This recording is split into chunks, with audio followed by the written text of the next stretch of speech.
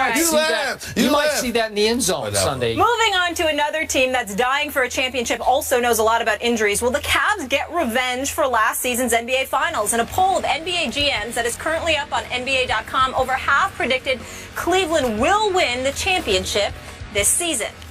The next closest were the Spurs at 25%, and the defending champion Warriors took 17.9% of the vote. Stephen A., do you agree that the Cavs will win the NBA title over all those West teams? I reserve the right to revisit this topic as the season progresses, of course.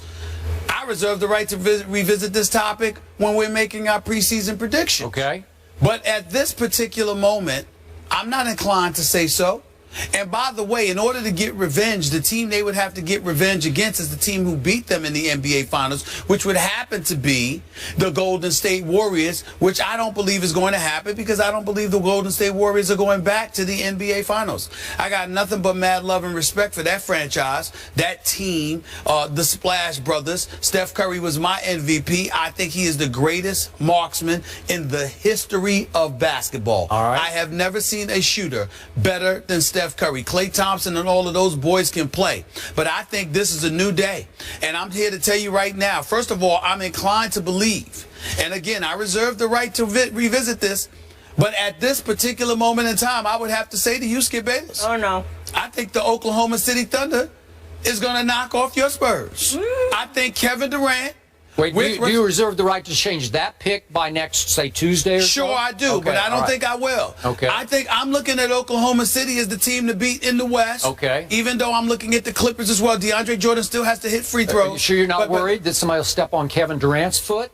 Well, that's true. Okay, you threw it at me. I get to throw it back to you. No, but we're talking about a game this upcoming weekend when it comes to Des Bryant and the Dallas Cowboys. Okay. I'm talking about the season. When you look at the season, my prognostications are based solely on everyone being healthy. Of course, injuries change everything. But I would say to you that I think Oklahoma City is the team to watch out for most in the West because I think Russell Westbrook is a superstar. And I think Kevin Durant is a superstar. And I think the combination of that, having Enes Kanter in the middle, although he plays no defense, the fact that he's good for 18 and 10 a night, Serge Ibaka being the defensive wizard that he is, also capable of contributing, Dion Waiters being able to do some things with you along with Anthony Morrow and those boys, I think they got a shot. But let me get to the Eastern Conference. You know, everybody's been talking like the Cleveland Cavaliers is just going to cakewalk to the NBA Finals. That's what the GM said. I was in Miami last week interviewing Dwayne Wade. Part of that interview airs today on SportsCenter. Another part of it airs next week, the part about him and LeBron. Let me say this to you. I looked at Hassan Whiteside. He's gotten a bit bigger. It's a big boy. Agile. Yep. Runs the floor, defends, block shots. I watched LeBron James dominate primarily because LeBron James needed to become a post player once Kyrie Irving's health was compromised and he had to rely on the services of Matthew Dellavedova. I'm here to tell you something right now.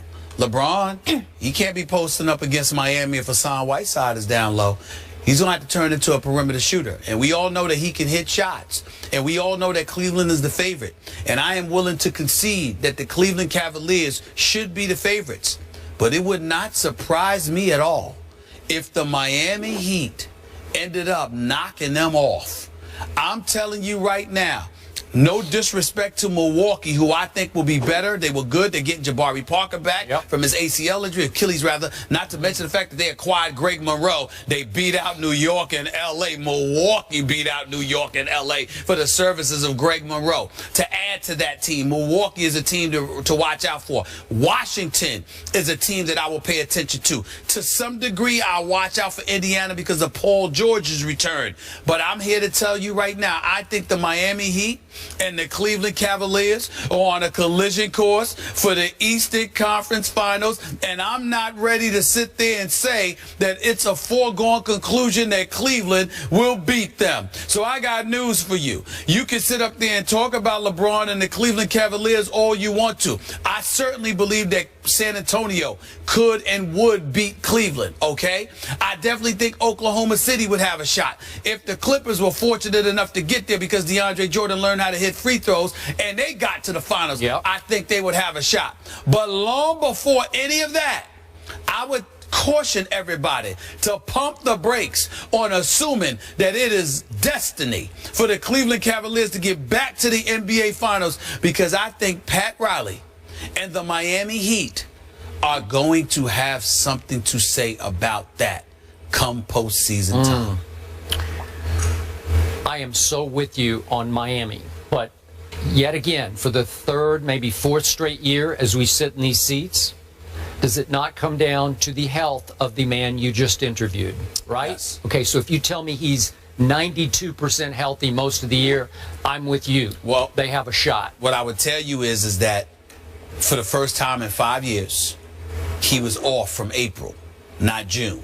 Those additional 2 months, that's a very big deal. I'm with you. I would also tell you and prioritize the fact that playing a full season is not the priority. If Dwayne Wade plays 50 to 60 games, Pat Riley and the Miami Heat are perfectly fine for that as long as he is ready to go this postseason. Okay. So when you combine that with Bosh returning healthy, Hassan Whiteside, Luol Deng, Love him. Goran Dragic. Yep. Whoa. Agreed. I'm just saying. Agreed. I'm a wall on that also. Okay, back to the poll. So 54% of the GMs polled say Cleveland will win the NBA championship. Next down the list, a long ways down the list, is 25% said San Antonio will win. So back to that premise.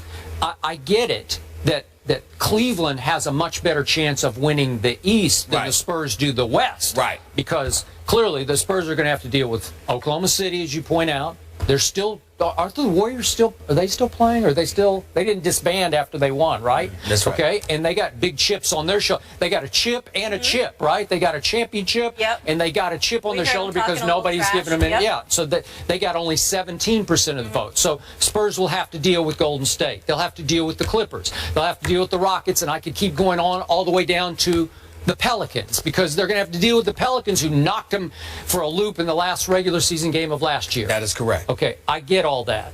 But to me, in the end, if this proves true, then the Cavs are still going to have to deal with the Spurs in the finals, if the GMs are correct. So how could 54% say the Cavs will beat the Spurs in the finals? Because that's basically what they're saying. Am I right? They're saying that the Cavs are going to win it all. I do not see it. I think it would be basically a mismatch of these Spurs against these Cavaliers. And I'm going to point out to you, and I don't know how it's going to resolve itself, but the Tristan Thompson situation remains troubling for this basketball team. It is. It's really, let's say what it is. Yeah. Listen, I respect the hell out of David Griffin and the job that I believe he should have gotten a backup quarterback other than Matthew Dellavedova to Kyrie Irving. But by and large, David Griffin to me was my executive of the year last year. Yeah. I thought he did a phenomenal job. Having said that, it is a damn travesty. It is. That they don't have Tristan Thompson signed. Seriously. All right, so I'm going to remind everyone. The Spurs did go get LaMarcus Aldridge when nobody thought they could. And they did get David West at the biggest basement bargain you could ever get, where David West said, I don't care about the money. I'm going to take almost nothing compared to what I could have had to stay in Indiana just to win a ring here with these guys. And you throw in the fact they kept Kawhi and kept Danny Green and brought Manu back.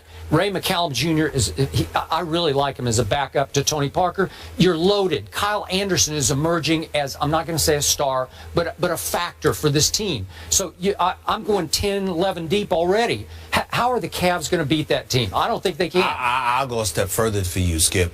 I think the Spurs' challenge is all and entirely in the West. It does not matter who comes out of the East. I don't believe they're beating the Spurs. All right, I'm with you. So we agree. Get to the finals. Right. They win. The poll is completely upside down. Now, back to your premise that the Thunder, at this moment, you think, could oust the Spurs. Yes. Okay, I'm going to say it again, and I'm going to stand by this all year. Okay. You talk about how Kevin Durant and Russell Westbrook are superstars, and I'm saying they're too super. Kevin's too super, and Russell's too super, and the twain will never meet. I think they will have a hard time figuring each other back out, because they didn't play together all that much last year because one was hurt, the other was hurt, one was hurt. I think that will constantly be a clash for them that they won't be able to resolve into the playoffs. These two together will never win a championship. I'm going to stand by that. I refuse to believe that. I think that Kevin Durant is too elite of a player and Russell Westbrook is too elite of a player and a competitor. That fire in his belly is something that I admire. And I think that having tasted losing in a championship series still gnaws away at Russell Westbrook more so than any other human being on the planet. Okay. I think he wants it bad. With the personnel that they have in place, as great as we know Manu Ginobili and Tony Parker and those boys to be, they are a year older. They have no answer for a Russell Westbrook. You can think it's Kawhi Leonard all you want to. That is the one guy that I don't believe, meaning Russell Westbrook. That is the one guy that I believe Kawhi Leonard wants no part of. Anybody else, different. But Russell Westbrook is the one guy that I don't believe Kawhi Leonard wants any part of. That's just my personal opinion. Well, this is the last hurrah, I believe, for Kevin Durant and Russell Westbrook together, right? I will tell you this. I'm told, sorry to ruffle any feathers, I hope this doesn't cause controversy. Yep. I am told that if not Russell Westbrook, I am told that if Kevin Durant doesn't win the title this year in Oklahoma City, he's probably out. Okay, I got That's it. what I'm told. That's what I'm told. I would assume that. That's what I'm told. He wants the title bad. If he doesn't win the title in Oklahoma City, then it doesn't look good for them. I don't rule out anything with Sam Presti. Remember, OKC has more money to offer him than anybody else could. So, I mean, if he wants the money, that's the place to be. That's the place to stay. But I'm told that this year is very, very pivotal to the future of that franchise, because if they don't win the chip, Kevin Durant will be looking to move on. Okay, well then he will be looking to move on. But I don't believe that. I think they got a shot. I think they got a shot to win it all. But in the East, if healthy, we both agree that it'd be the Cavs and the Heat I'm telling you they're my favorite, but I'm not ruling out the Miami. I need to point out one thing here. According to Basketball Power Index, the Heat have an 8% chance to make the NBA Finals. Well, they can say what they want. I'm telling you, forget D-Wade for a second. This kid, Hassan Whiteside, he's big the way he defends and blocks shots and patrols the paint area. When you have something like that, forget the 82 regular season games. Come postseason time, when you have an individual that can patrol the inside like that, that is a very, very big deal. The Jason Kidd, who I think has proven himself to be a brilliant young coach, he didn't go and get Greg Monroe for nothing. And Greg Monroe has to improve defensively, don't get me wrong. But there's a reason he went and got that matchup to watch.